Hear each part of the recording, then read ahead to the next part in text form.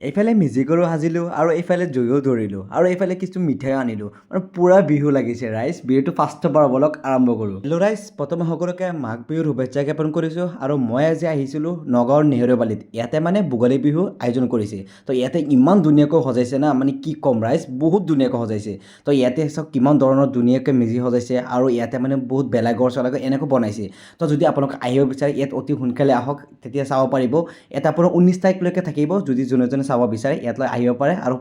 খুবেই ধুনীয়া এটা আহক আৰু আপোনালোকৰ ফেমিলি নহ'লে কোনো বন্ধুবৰ্গৰ লগত এনেকৈ আহি পেলাই পূৰা ঘূৰি ফুৰি চাওক ইয়াত আহি মানে বস্তু এটা চালোঁ ৰাইজ মানে দাদা এজনে মানে ইমান ধুনীয়াকৈ মানে গাড়ীৰ সন্মুখতে বেলাঘৰ বনাইছে তো আপোনালোকে সেইখিনি দেখাওক এয়া চাওক মই নেহেৰুবালি আহি পেলাই ইয়াক কি দেখাবলৈ বহুত ধুনীয়াকৈ বনাইছে দাদাজনে কেনেকৈ বনাইছে এইটো মানে এইটো ফৰ্ম দি বনাইছে পুৰা ধুনীয়া আপুনি নিজে বনাইছে ন